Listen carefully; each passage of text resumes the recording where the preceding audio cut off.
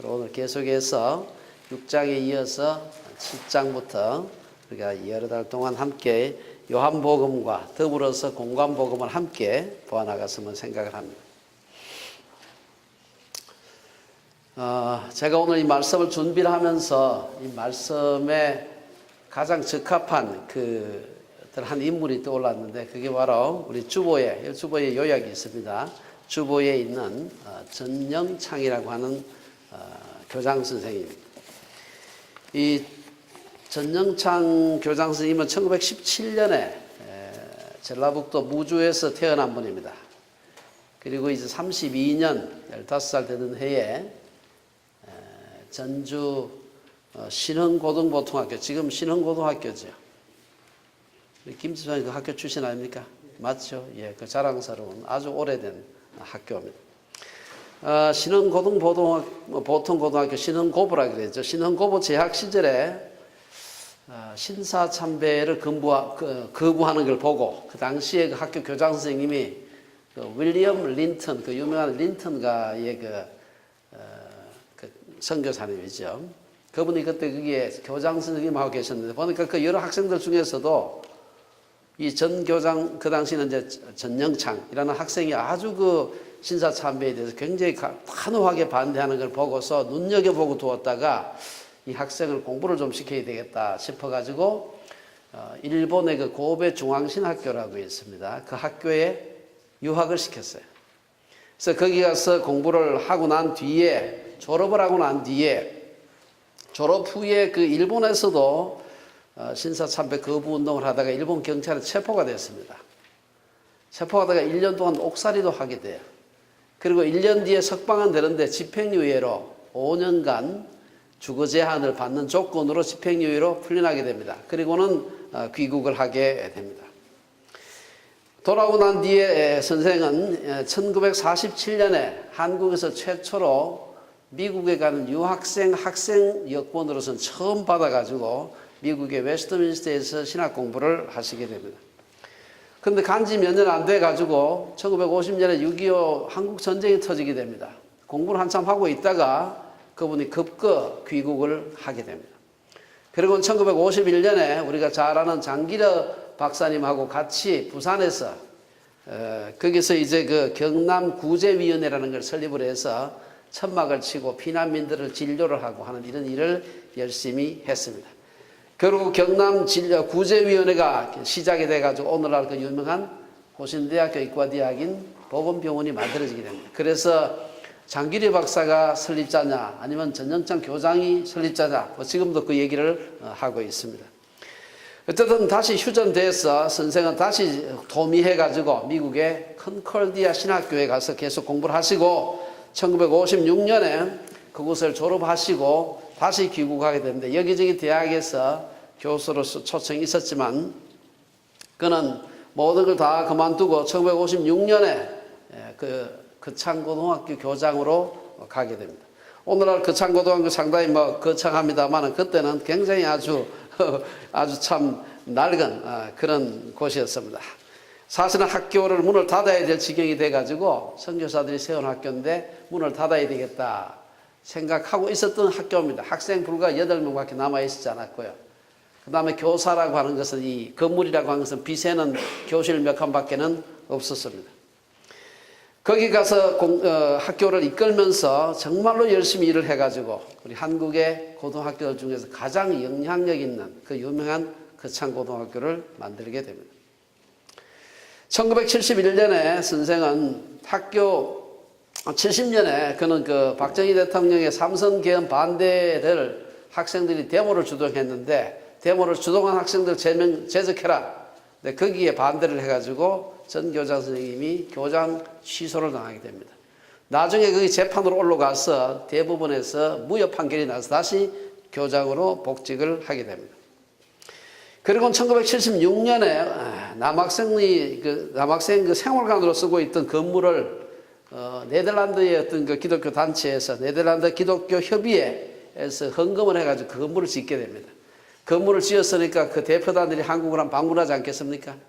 그 방문하러 왔을 때 그분이 준비하다가 사실 담석증이 있어가지고 굉장히 고통스러웠는데도 그 준비하다가 사실 그 시기를 놓쳐가지고 나중에는 폐혈증으로 아쉽게 59세에 1976년에 세상을 떠나시게 됩니다.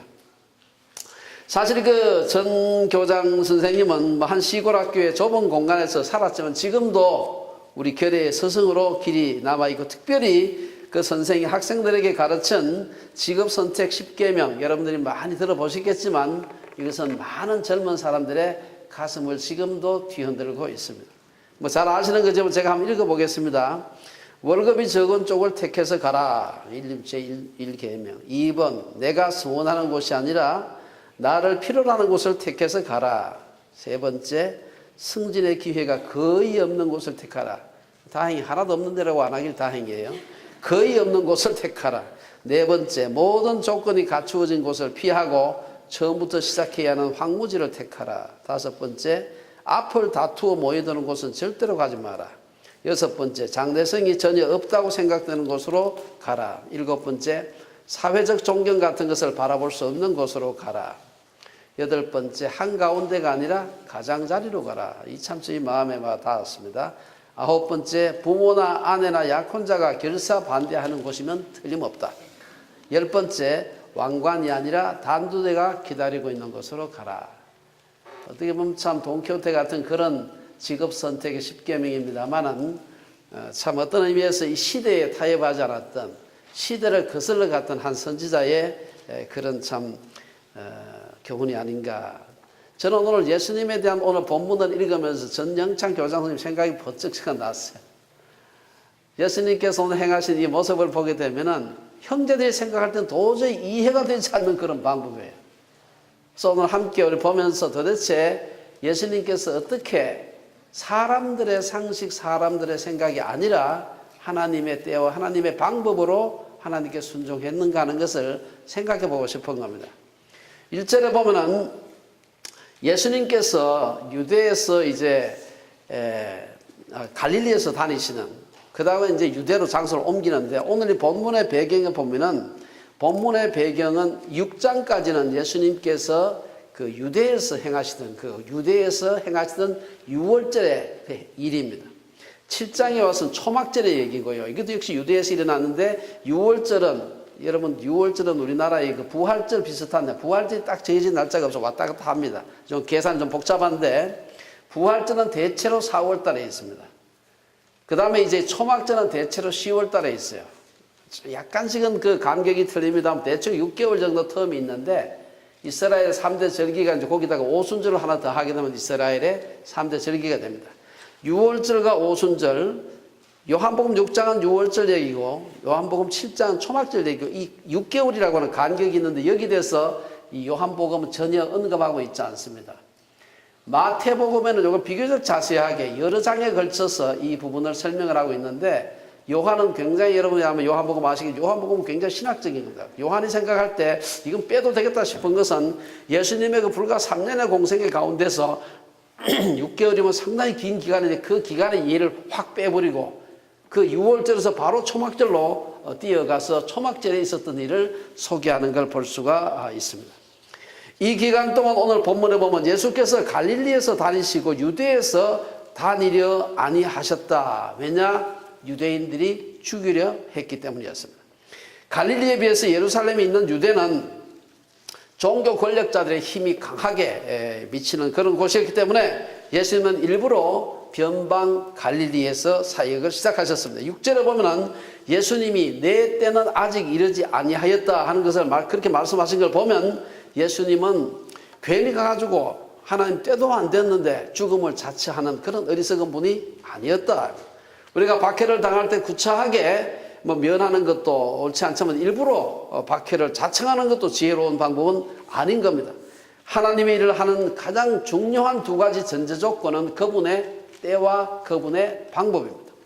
아무리 하나님의 방법이라도 하나님의 때가 아니면 안 되고, 아무리 하나님의 때라도 하나님의 방법이 아니면 안 된다는 것이죠. 두 번째 우리가 생각할 수 있는 것은 방법입니다. 세상의 방법은. 그러면은 하나님의 방법, 하나님의 때는 무엇인가? 우선 세상의 방법은 사람들의 지지를 받는 겁니다. 오늘 2절에서 5절에 보면은 형제들이 예수님한테 아주 나름대로 아주 참 지혜롭다 생각되는 방법을 옆에서 어드바이스 해주는 그런 얘기가 나오고 있습니다. 육신의 형제들이 하는 얘기가 나오고 있습니다. 그들이 그렇게 어드바이스를 한 이유는 5절에 보면은 그 형제들까지도 예수를 믿지 아니하였다. 형제들도 예수 형님을 믿지 않았다. 뭐라고 믿지 않았느냐? 이분이 우리 형님이 메시아라는 걸 믿지 않았어요. 예. 사실은 후에 오순절 성령 강림을 경험한 후에 이 예수님의 형제들이 예루살렘 교회의 지도자가 됩니다. 근데 이때는 아직 그 전이에요. 그래서 전혀 믿음이 없었던 그때입니다. 믿음이 없는 자들은 하나님의 때나 방법보다도 사람들의 지지와 힘에 의해서 일을 하려고 합니다. 예수님의 형제들은 그간의 행적으로 봐가지고 우리 예수 형님께서 말씀하시는 것도 비범하고 기적을 행하시고 대단한 분인데 이렇게 대단한 능력이 있는 것 같으면 요새 말로 하면 서울 가가지고 출세를 하시지 왜 시골 총구석에 처박혀가지고 계시는지 도저히 이해를 할 수가 없었습니다. 호스킨스라고 하는 이제 주석학자는 그런 얘기를 합니다. 형님 여기 있지 말고 서울 가서 좀 사람들 많이 보는 데서 말씀 얼마나 잘하십니까? 그래서 사람들 깜짝 놀라게 죽은 사람 하면 확 이렇게 세우든지 아니면 무슨 참 불치의 환자를 갖다가 한번 고치든지 하면은 구름대와 같이 사람들이 모이고 모두 형님 편이 될 텐데 왜 시골에서 사람도 별로 없는 데서 이렇게 계십니까? 이런 말을 하는 것은 이 호스킨스라는 사람 말하기를 그의 형제들의 권면은 마치 저 떡 먹은 무리가 그를 억지로 임금 삼으려고 했던 것과 같고 바로 6장이 나오는 바로 직전 장에 나오는 얘기입니다. 이게 그리고 자기에게 절하면 천하만국을 주겠다고 한 마귀의 시험과도 같았다. 이런 표현을 하고 있습니다. 그래서 그 형제들은 3절에서 보면은 당신은 이제 예수님을 향해서 당신이 행하는 일을 제자들도 보게 여기를 떠나 유대로 가소서라고 했습니다. 형제들이 예수님의 권한 방법은 그런 능력의 말씀과 기적을 많은 사람들이 있는 유대에 가서 그것도 연중에 가장 많은 사람이 모이는 초막절에 그것도 제자들까지 함께 보는 데서 행하라는 것입니다. 4절에서 형제들은 많은 사람들의 지지를 받는 사람이 되려면 뭐라고 얘기합니까? 자신을 세상에 드러내소서 이렇게 겁니다. 얼마나 지혜로운 방법인지 우리 사람의 눈으로 볼 때 이것이 세상의 처세술입니다. 세상의 방법은 큰 일을 하려면 사람들의 지지를 많이 받아야 되는데 단시간에 대중들의 지지를 가장 많이 받을 수 있는 방법 가장 많은 사람이 모이는 명절에 그것도 서울에 가서 가장 복잡한 데서 큰 일을 한번 설교도 한번 하시고 높은 데서 가서 설교도 한번 하시고 그리고 기적도 한번 해가시고 요새는 말하면 큰 정말 베스트셀러 작가가 돼가지고 사람들이 그냥 대규모 인기 몰이를 하든지 아니면 요새 유튜버가 돼가지고 구독자 수 몇백만 명 조회수 몇억 이렇게 하면은 얼마나 대단하겠습니까? 대형 교회를 만들거나 수많은 사람들에게 알려진 유명한 사람이 되면은 큰일을 할 수 있지 않을까? 이게 세상 처세술입니다. 형제들이 생각했던 세상의 상식이고 그 상식은 지금도 수많은 사람들이 상식으로 생각을 하고 있습니다만은 성경은 그렇게 말하지 않습니다. 사람들이 많이 지지한다고 하나님의 일을 할 수 있는 게 아니라는 뜻입니다. 이렇게 생각하는 것은 사람들의 마음이 부패했기 때문입니다. 제자들만 형제들만 그 생각한 것이 아니라 세상 사람들은 어떤가 하는 것이 조금 뒤입니다만은 앞에 2절에서 5절은 형제의 모습이 나타납니다. 예수님 믿지 않는 불신앙을 가진 제자들의 모습이고 11절에서 13절까지는 세상 사람들의 모습이 어떤가 하는 것을 얘기를 하고 있습니다. 세상 사람들을 보면은 예수님께서 후에 다시 그 명절에 예루살렘에 올라가시게 되는데 예수가 올라오긴 왔다고 하는데 그 유명한 예수가 어디 있을까 하고 찾아다니는 그 모습을 11절에서 13절까지 기록을 하고 있습니다.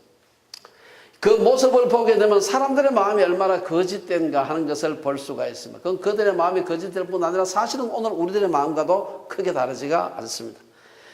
예레미야 선지자는 만물보다 거짓되고 심히 부패한 것이 사람의 마음이라 그랬는데 오늘 본문 11절에서 13절은 사람들의 부패한 마음을 세 가지로 나누어서 얘기를 하고, 첫째, 사람들은 기적을 원하는 겁니다. 11절에 보면은 사람들은 초막절 중에 온다고, 예수가 온다는 얘기를 언뜻 들은 것 같은데 도대체 어디 있느냐? 11절에 보면 그가 어디 있느냐 하면서 예수님을 찾아다니는 것입니다. 사람들은 자신들이 넘볼 수 없는 능력자를 통해서 자신의 이기적인 그러한 목적을 성취하려고 하는 것입니다. 6장에서와 같이, 6장에서는 그 예수님의 오병이어의 기적이 나오죠. 6장에서와 같이 자기들 그 당시에는 먹고 사는 문제가 절박한 문제였습니다. 근데 예수님 따라다니니까 예수님께서 그냥 밥을 다 먹여주셔. 이거는 굉장한 일이죠. 그들은 예수님을 통해서 자신들의 먹는 문제를 해결하고 싶었고 자기 나라를 로마의 압제로부터 해방시켜 주기를 기대했습니다. 사람들은 자기의 이익을 위해서 기적을 행하는 사람을 이리저리 찾아다니는 겁니다. 이게 사람들의 첫 번째 군중의 특성. 두 번째, 오늘 그 다음 12절에 보면 나옵니다. 사람들의 마음은 갈대와 같다. 12절에 보면 무리들은 예수님에 대해서 수군거리면서 좋다고 하는 말을 한 사람도 있고 아주 뭐 사람들 속이는 사람이라는 말도 있는데 도대체 그 사람은 누구냐? 무리를 미혹한다. 어떤 사람은 그래 얘기하고 어떤 사람은 그 사람 좋은 사람이다. 이렇게 얘기하는 사람도 있었습니다. 여자의 마음만 갈대와 같은 것이 아니라 남자의 마음도 갈대 같습니다. 사람들이 이 소리 들으면 이리 기울이고 저리 소리 들으면 저리 기울이고 이렇게 하는 것이지.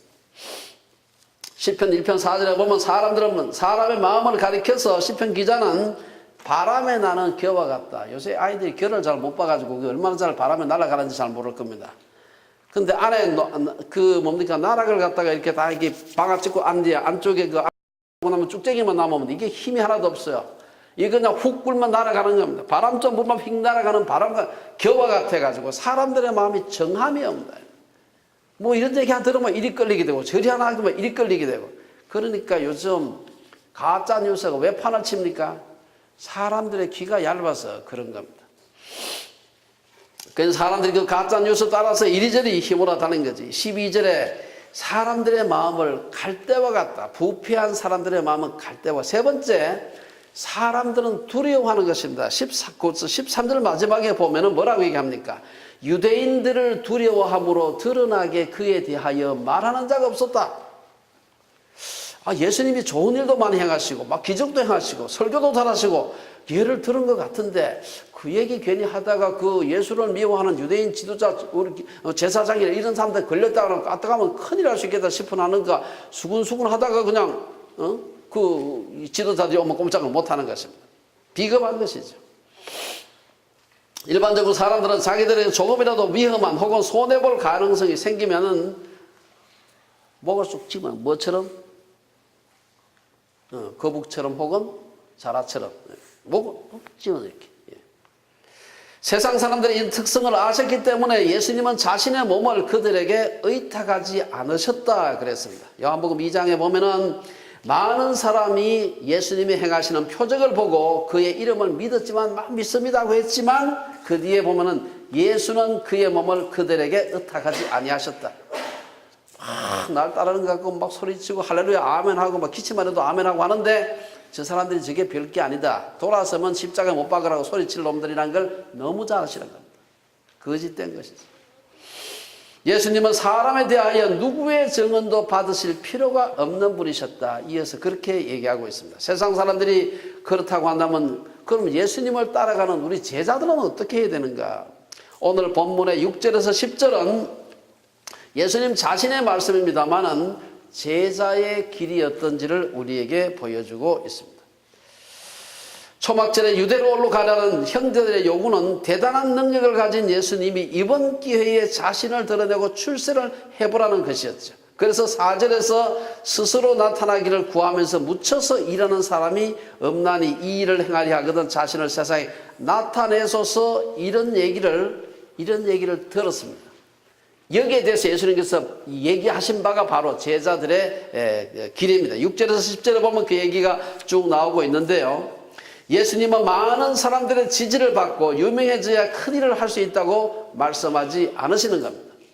하나님의 방법과 세상의 방법이 다르다는 것이죠. 방법만 다를 뿐 아니라 때도 다르다. 그래서 6절에서 보면은 제자는 어떤 사람들이냐? 때를 분별할 줄 아는 사람이다. 6절에서 보면은 예수님은 내 때는 아직 이르지 아니하였거니와 너희 때는 늘 준비되어 있다. 이 때라는 말은 성경에서 시간을 나타내는 말이 여러 몇 가지 단어가 있는데 이 때는 우리가 잘 아는 카이로스라고 하는 단어. 그 어떤 일을 위해서 딱 정해진 그 때를 말하는 것입니다. 카이로스라는 단어를 사용하고 있습니다. 하나님의 때와 사람의 때가 다르다는 것이죠. 그러면서 8절에서 예수님은 형제들에게 너희는 명절에 올라가라. 나는 아직 때가 안 되었다. 너희들은 아무 때나 가도 된다. 아무 때나. 하나님의 뜻과 관계없이 아무 때나 무슨 일을 할 수 있기 때문에 너희 때는 아무 때나 해도 언제라도 올라가도 되지만 나는 아직 때가 안 됐기 때문에 올라가지 않겠다. 그리고 9절에서 이 말씀을 하시고 갈릴리에 머물러 계셨다. 모든 사람들이 초막절을 맞아서 예루살렘으로 올라가는데 예수님은 갈릴리에 머물러 계셨습니다. 세상 사람들이 몰려드는 예루살렘을 향해서 즉 중심을 향해서 달려갈 때 예수님은 사람들이 별로 없는 갈릴리, 요새로 말하면 변방에 머물고 계시는 걸 볼 수가 있습니다. 예수님처럼 명절에 변방에 머무는 것, 어쩌면 이것이 제자들의 모습이어야 한다는 것. 두 번째, 방법을 분별하는 것입니다. 7절과 그 뒤에 9절 10절에 보면은 예수님의 형제들은 사람들의 지지를 받지 않으면 아무 일도 할 수 없다. 그래 말했습니다. 하지만 7절에서 예수님은 도리어 세상이 자기를 미워한다고 했습니다. 왜 그러냐? 예수님이 사람들을 놀라게 하는 기적을 행하기보다 세상의 일을 악하다고 책망하기 때문이라. 7절의 말씀을 뒤집어서 말하면 하나님의 큰 일은 우리가 예수님의 바른 제자가 되는 것인데 그렇게 하면 반드시 세상이 너희를 미워할 거다. 지지해 주는 게 아니라 미워할 거라. 예수님의 말씀대로 살기 때문에 세상이 우리를 미워한다면 우리는 바른 제자라고, 바른 제자의 출애에 이제 들어섰다, 이렇게 말할 수가 있는 것입니다. 세상의 방법은 사람들의 지지와 칭찬을 받는 것인데 하나님의 방법은 도리어 세상의 미움을 받는 거라는 것입니다. 세상의 방법은 중심을 향해 나아가는 것인데 하나님의 방법은 변방을 향해서 나아가는 것입니다. 세상의 방법은 많은 사람들에게 자기를 드러내고 지지를 받는 것이었지만 예수님 방법은 그 반대였습니다. 저는 제가 처음에 얘기했던 전영창 그 선생의 그 직업 10개, 그 중에서 제 8계명으로 얘기했던 중심으로 가지 말고 한가운데가 아니라 가장자리 변방으로 가라. 이게 사실 제 마음을 아주 두드렸던 이 말씀입니다. 8절에서 예수님은 나는 이 명절에 아직 올라가지 아니하겠노라, 이 말을 가지고서 이거 어떻게 그러고 뒤에 가시지 않았느냐, 이제 이 때문에 해석이 분분합니다만은 이에 대해서 몇 가지 주장이 있습니다만은 우리가 일반적으로 가장 많이 이렇게 받아들이는 주장은 아직 올라가지 않는다는 말이죠. 아직 후에 올라가더라. 지금은 형제들하고 막 사람들이 우르르 지금 모두가 다 예루살렘 향해서 상경하고 있는데 나는 그때는 올라가지 않겠다. 오늘 결론적으로 공생의 기간 동안 예수님께서 주로 활동하신 곳은 이스라엘의 중심지인 유대나 예루살렘이 아니었습니다. 또한 이스라엘의 3대 절기 중에 하나로서 가장 많은 사람들이 모이는 초막절에도 동네방네 나팔 불면서 예루살렘에 올라가신 것이 아니에요. 왜 그랬을까요? 오늘 본문에서 볼 수 있는 것처럼 직접적으로는 유대인들이 죽이려고 했기 때문일 수도 있지만 더 중요한 것은 사람들의 지지와 주목을 받으면서 자신을 드러내는 것은 적어도 그때는 하나님의 방법이 아니었기 때문입니다. 변화는 유대 예루살렘에서가 아니라 변방 갈릴리에서 시작되었습니다. 역사를 살펴보면 작은 변화는 중심에서, 서울에서, 중앙에서 일어나지만 나라를 뒤집는 큰 변화는 변방에서 시작되는 것을 종종 볼 수 있습니다. 저는 우리 비유가 변방에 있지만 한국 기독교의 미래가 되자는 모토를 내세우고 있습니다. 저는 처음에 우리 전 교수님이 그 얘기를 했을 때, 야, 이상은 참 좋다. 요새 한번 보니까 진짜 그렇게 되어가는 것 같아요. 이게 그래서 아무나 얘기를 한다고 해서 마구 판단할 게 아니라 하는 생각을 제가 하게 되었습니다.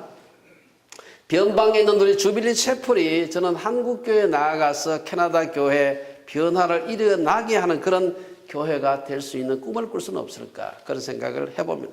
한국교회의 교파주의, 상업주의, 개교회주의, 대교회주의 등등, 저는 금년 한 해를 전망하면서 오늘 우리 예배 후에 우리 교인총회를 준비하면서 하나님의 때와 하나님의 방법을 분별해서 정말 착하고 충성된 종이라고 칭찬받는 주빌리의 온 식구들이 되시기를 주의 이름으로 축원합니다.